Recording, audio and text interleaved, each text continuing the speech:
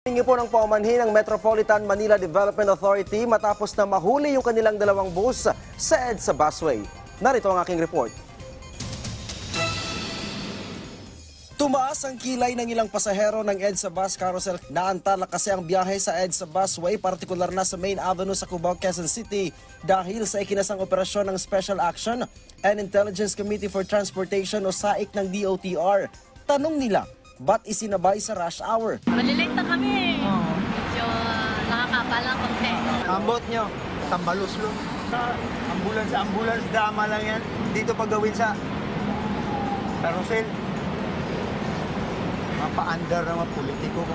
Sa isinagawang operasyon, huli maging ang ilang sasakyan ng gobyerno na iligal na dumaan sa EDSA busway para makaiwas sa traffic. Kabilang sa mga nasita ang dalawang shuttle bus ng MMDA. Pero sabi ng driver ng shuttle bus, alam daw nila ang umiiral na batas at kung sino lang ang maaaring gumamit ng busway. May ipinakita pa siyang sulat na nagsasabing maaari silang makagamit ng busway. Ang sulat, permado ni MMDA General Manager Procopio Lipana na may petsang Pebrero 20, 2024. Nakasaad sa sulat na pinapayagan na makadaan ang shuttle bus ng MMDA sa busway. Sir, kung gusto niyo sir sa DOTR po kayo makipag-usap.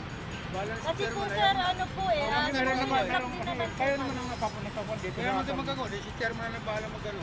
Opo, chairman to ASEC na lang po. Kami Ganun pwede. na lang po. Kami sumusunod sa batas. Kasi galing naman sa inyo yung... Ito po, kaya nga, Pwede yung ikon yan. ay ito, galing din kay chairman po ito eh. Kaya naman nagtataka, bakit ako titigita? Pero hindi ito kinilala ng operating team. Binigyan pa rin ng violation ticket ang bus dahil sa unauthorized use of busway. Sa DOTR na lang Sige po. po, okay lang. Sige lang. Kami naman nag-uusap eh. Hindi naman kami nagipagtalo sa'yo eh. Hindi naman kami nag-uusap. Kasi sir, nung bawal kami rito, dito naman talaga kami sa labas duman. Hindi naman sa labas eh. Wala siyang problema sa amin. Sumusunod kami. Bilang MMD rin kami. Sumunod kami po sa patakaran. Pero kayo yung linabas ng ganyan, kaya pumasok Kasi sila. hindi naman kami dadaan dito kung ano.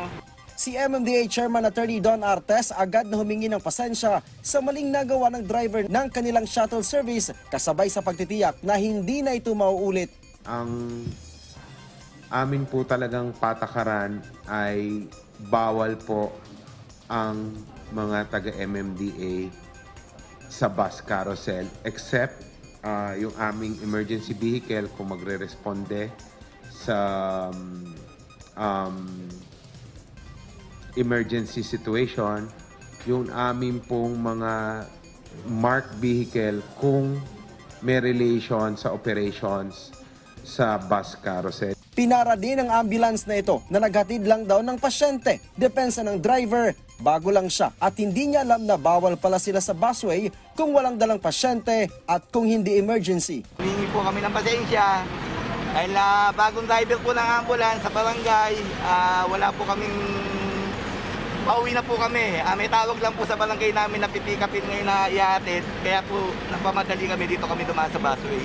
Hinuli din at nabigyan ng violation ticket ang AFP shuttle na ito. Batay sa DOTR, tanging LTFRB authorized bus na may rutang busway, on-duty ambulance, fire trucks, PNP vehicles na nagbibigay serbisyo, may kinalaman sa busway ang maaari lang pumasok at gumamit ng EDSA busway. Maaari ring gumamit ng busway ang ilang opisyal ng pamahalaan tulad ng Presidente, Vice President, Senate President, Speaker of the House at Supreme Court Chief Justice.